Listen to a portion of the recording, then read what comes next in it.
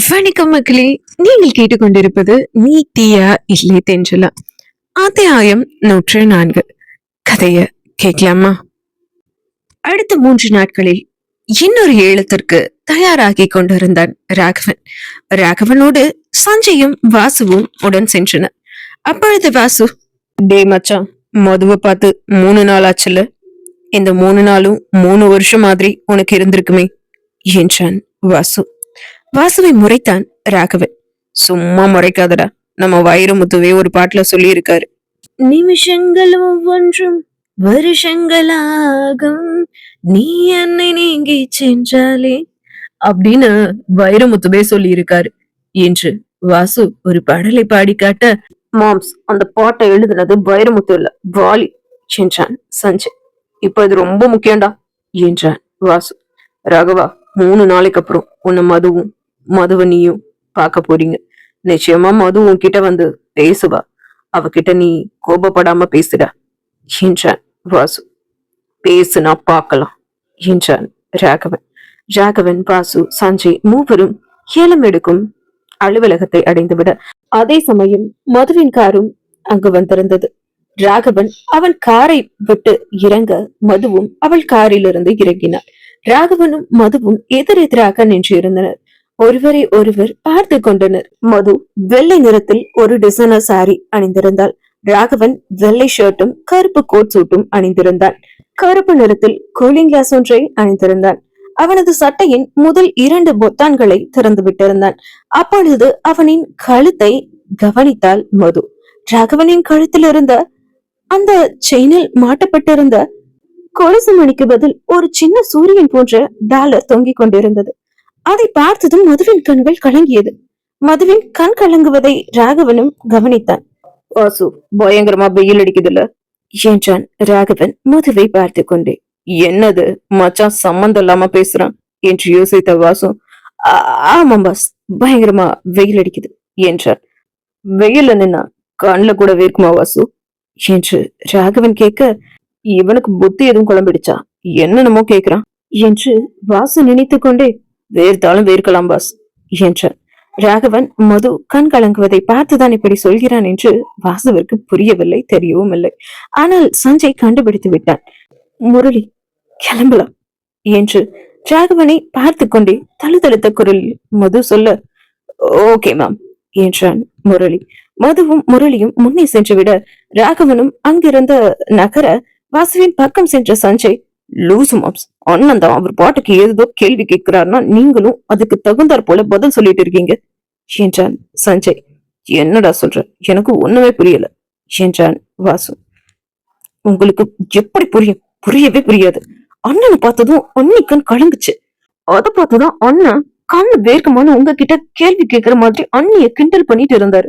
நீங்களும் அவருக்கு சப்போர்ட் பண்ணிட்டு அண்ணி மாவ அள்ள வச்சுட்டீங்களே என்று சஞ்சய் சொல்ல, இதுல எப்படி ஒரு விஷயம் இருக்கா?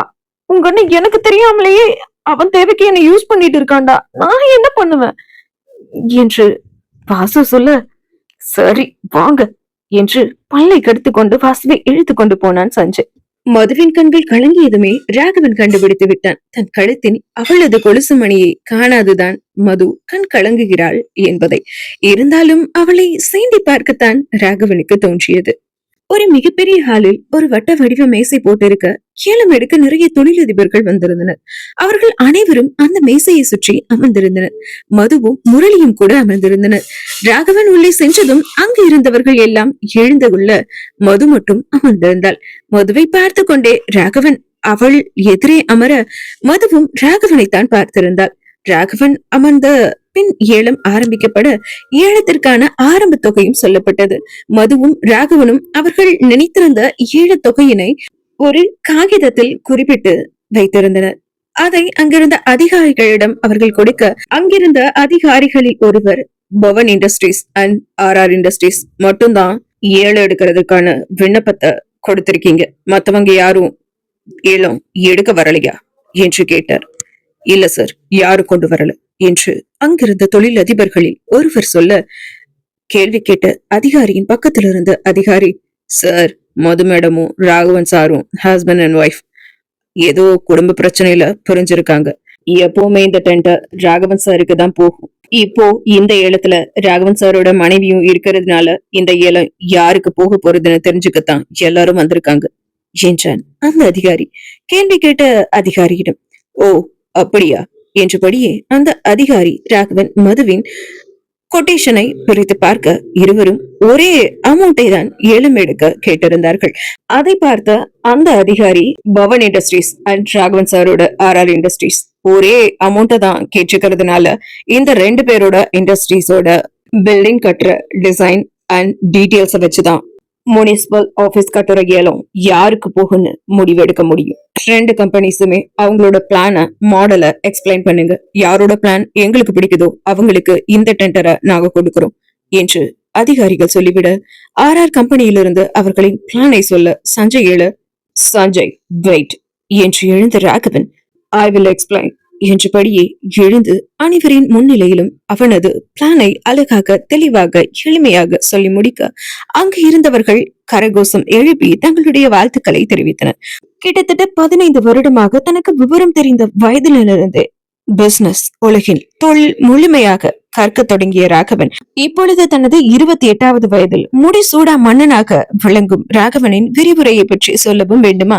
பெண்ணி படல் எடுத்து விட்டான் ராகவன். இதை பார்த்து கொண்டிருந்த மதுவின் பக்கத்தில் இருந்த முரளி, மேம் சார் ரொம்ப சூப்பரா எக்ஸ்பிளைன் பண்ணிட்டாரு இல்ல மேம் என்றான். மதுவோ தனது கணவனின் அழகான விரிவுரையில் வியந்து போய் அவனை பார்த்தாள்.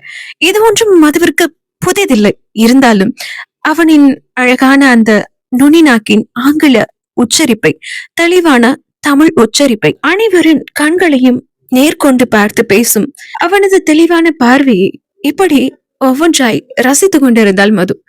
இப்படியெல்லாம் ரசித்துக் கொண்டிருந்தவளின் கண்கள் அவனின் அந்த சூரியன் வடிவிலான டாலரிலேயே இருந்தது.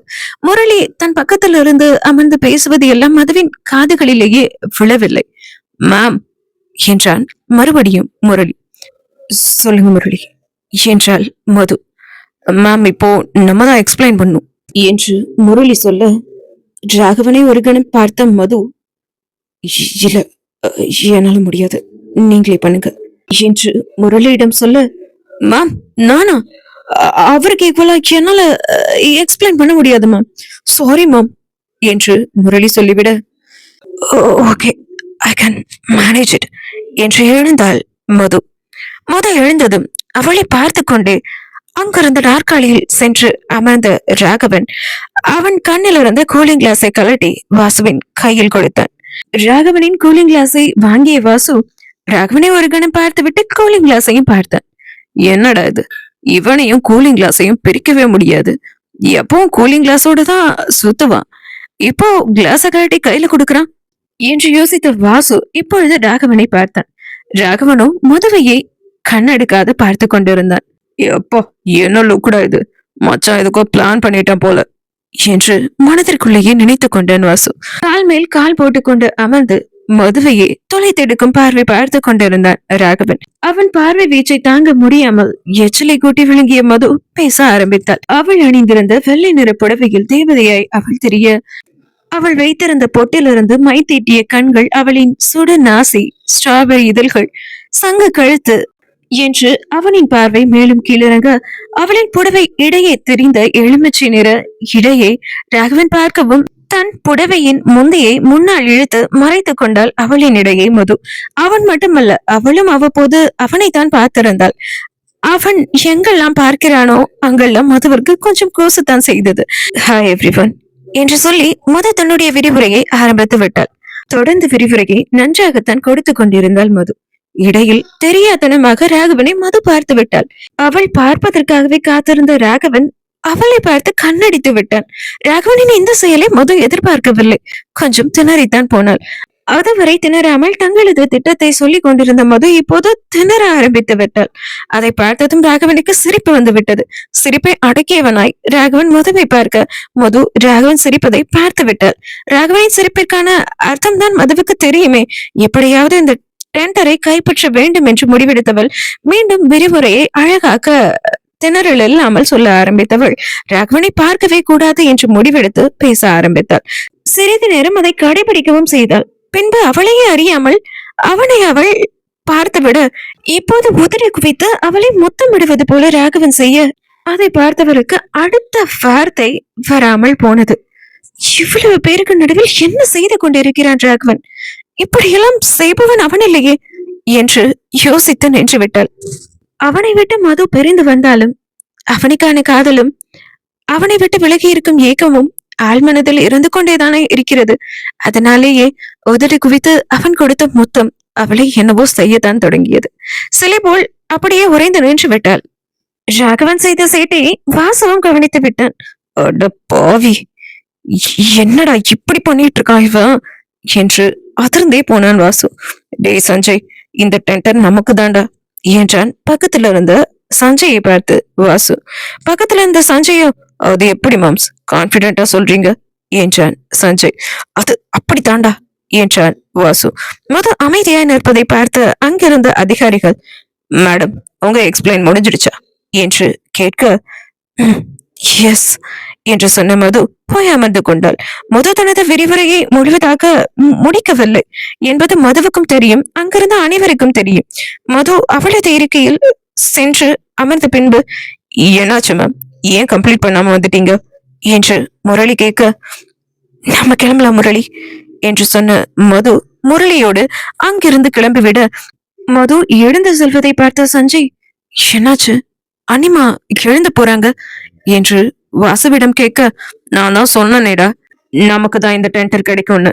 மது எக்ஸ்பிளைன் பண்ணிட்டு இருந்த போது உங்க அண்ணா அவளை பேச விட்டாதானே, என்னென்னமோ செய்கையெல்லாம் செஞ்சு அவளை துரத்தி விட்டுட்டான் என்று வாசு சொல்ல, என்ன மாம் சொல்றீங்க என்றான் அதிர்ந்தபடியே சஞ்சய். என்ன சொல்றது, உங்க அண்ணன் போக்கே சரியில்லடா, பாவம் அந்த பிள்ளை எக்ஸ்பிளைன் பண்ண முடியாம தணறி திக்கி கிளம்பியே போச்சு என்றான் வாசு. அதற்கு பிறகு டெண்டர் பெற்றதற்கான கோப்புகளை பெற்றுக்கொள்ள வாசு எழுந்திருக்க மது அந்த அறைக்குள் திரும்பவும் நுழைந்தான். எல்லோரும் அவளையே பார்த்திருந்தனர். உள்ளே வந்தவள் ராகவனை ஒரு கணம் பார்த்து முறைத்துவிட்டு அவள் மறந்துவிட்டு போன கைபேசியை எடுத்துக்கொண்டு விறுவிறுவென்று அந்த அறையை விட்டு வெளியேறிவிட்டாள். என்ன மாம்ஸ், அண்ணி இப்படி அண்ணனை முறைச்சிட்டு போறாங்க என்று சஞ்சய் திரும்பவும் வாசுவிடம் கேட்க, அதான் சொன்னேடா உங்க அண்ணன் பண்ண வேலை எப்படி, அப்புறம் முறைக்காம என்ன பண்ணுவா என்று கேட்டான் வாசு. அப்படி என்ன என் அண்ணன் பண்ணினார் என்று சஞ்சய் கேட்க, எல்லாத்தையும் நீ என்கிட்டயே தான் கேட்பியாடா, போய் உங்க நொண்ணங்கிட்ட கேளு என்றான் வாசு. சஞ்சய் ராகவனை பார்க்க, காய்ஸ் ஃபாஸ்ட், நமக்கு நிறைய வேலை இருக்கு என்றான் ராகவன். ராகவனின் கண்ணில் இருந்த உற்சாகத்தை பார்த்து விட்டு சஞ்சய், மாம்ஸ் ஒன்ஸ் அகைன் ஒரு டவுட் என்றான் வாசுவிடம். இப்ப என்னடா டவுட் உனக்கு என்றான் பல்லை கடித்து கொண்டு வாசு. 3 நாளா அண்ணா சிரிச்சு நான் பாக்கல, இப்போ அண்ணா ரொம்ப துள்ளலோட இருக்கா போல தெரியுதே என்றான் சஞ்சய். சோதிக்காதடா, எது கேட்கறதா இருந்தாலும் உன் கண்ணங்கிட்டே போய் கேளு என்று சொல்லிவிட்டு வாசு அங்கிருந்து எழும்பினான். அவன் கையை பிடித்து திரும்பவும் அமர வைத்த சஞ்சய், மாம்ஸ் ஒழுங்கா சொல்லுங்க, அண்ணகிட்ட எல்லாம் கேட்க முடியாது, அண்ணனோட இந்த உற்சாகத்துக்கு என்ன காரணம் என்று சஞ்சய் கேட்க, டே கடுப்பேத்தாதடா என்று மறுபடியும் அங்கிருந்து எழுந்த வாசு அங்கிருந்த அதிகாரிகளிடம் டெண்டர் பெற்றதற்கான கோப்பை பெற்றுக்கொண்டு அதை ராகவனிடம் கொடுத்தான். அதை வாங்கி கொண்ட ராகவன், வெற்றிகரமா டெண்டரை முடிச்சாச்சு, கிளம்புவோமா என்று சொன்ன ராகவனிடம், மச்சான் மாசம் 30 நாளும் 30 டெண்டர் நம்ம கைக்கு வருது, பட் அதுக்கெல்லாம் இதுவரை இப்படி நீ ரியாக்ட் பண்ணதே இல்லையடா, இன்னைக்கு இந்த டெண்டர் கிடைச்சதுல பயங்கரமான ஹாப்பில இருக்க என்று வாசு கேட்க, வாசு பாக்கெட்டில் இருந்து தன்னுடைய கூலிங் கிளாஸை எடுத்து கண்ணில் மாட்டிய ராகவன், அந்த டெண்டர்ஸும் இதுவும் ஒண்ணா மச்சான், நான் ஜெயிச்சிருக்கிறது என் பொண்டாட்டிய, அப்போ ஹாப்பியா தானே இருக்கும் என்று ராகவன் முன்னே நடக்க, மாசமா இருக்க பிள்ளைன்னு கூட பார்க்காம அந்த பிள்ளைய தோக்கடிச்சிட்டு உங்க ஒண்ணனுக்கு சந்தோஷம் வேற என்று சஞ்சயிடம் புலம்பி தீர்த்தான் வாசு. இதே சமயம் மதுவோ, மனுஷனா இவரு பப்ளிக் பிளேஸ்ல கண்ணடிக்கிறாரு, கிஸ் பண்றாரு, இதெல்லாம் டூ மச் என்று யோசித்துக் கொண்டே காரில் சென்று கொண்டிருக்க அவளது மனசாட்சியோ அவளின் பக்கம் தோன்றியது. ஹாய் மது, என்ன பண்ற, எப்படி இருக்க என்றது அவளின் மனசாட்சி. அவள் பதில் ஏதும் சொல்லவில்லை. அவளின் இன்னொரு புறம் இன்னொரு மனசாட்சியும் தோன்றியது. ஹே, அவன் இருக்கிற நிலைமை என்ன, நீ கேட்கிற கேள்வி என்ன எப்படி இருக்குன்னு அவளை கேட்கலாமா? அவளே புருஷனை விட்டு நொந்து போயிருக்கா என்று இன்னொரு மனசாட்சி சொல்ல, அவளின் மறுபுறம் இருந்த மனசாட்சியோ, அவளை யார் அவ புருஷனை விட்டு பிரிஞ்சு வர சொன்னது? அப்போ இப்படிதான் இருப்பா என்று சொல்ல, சரி சரி விஷயத்துக்கு வா என்றது இன்னொரு மனசாட்சி. ஹே மது, உன்கிட்ட ஒண்ணு கேட்கணும். பக்கத்துல வந்து ராகவன் என்ன பிரெஞ்சு கிஸ்ஸா கொடுத்தாரு. உன்னை விட்டு 10 அடி தள்ளி உட்கார்ந்து கிஸ் பண்ற மாதிரி ஆக்ட் தானே பண்ணாரு. அதுக்கே நீ வெடுத்து போயிட்ட என்றது அவளுடைய மனசாட்சி. ஆமா ஆமா, வெடுத்து தான் போயிட்டா. அவ ராகவன் விஷயத்துல ரொம்ப வீக்கு என்றது இன்னொரு மனசாட்சி. ஏ சும்மா இரு மது, அப்படியெல்லாம் ஒண்ணும் இல்ல. வீக்காலாம் அவ கிடையாது, அவ ரொம்ப ஸ்ட்ராங் என்றது இன்னொரு பக்கம் இருந்த மனசாட்சி. சரி மொத வீக்கல்லனா இப்ப போய் அந்த ராகவன் பண்ணதுக்கெல்லாம் அவ சட்டையை பிடிச்சு சண்டை போட சொல்லு பாப்போம் என்றது மறுபுறம் இருந்த மனசாட்சி. 2 பேரும் சும்மா இருக்கீங்களா? நான் ஒண்ணு வீக் கிடையாது, நான் வீக் கிடையாதுன்னு இப்பவே நிரூபிக்கிறேன் என்று சத்தமாகவே சொல்லிய மது தன் டிரைவரிடம், டிரைவர் கார மிஸ்டர் ராகவன் ருத்ரமூர்த்தி ஆபீஸ்க்கு விடுங்க என்று கூறினாள்.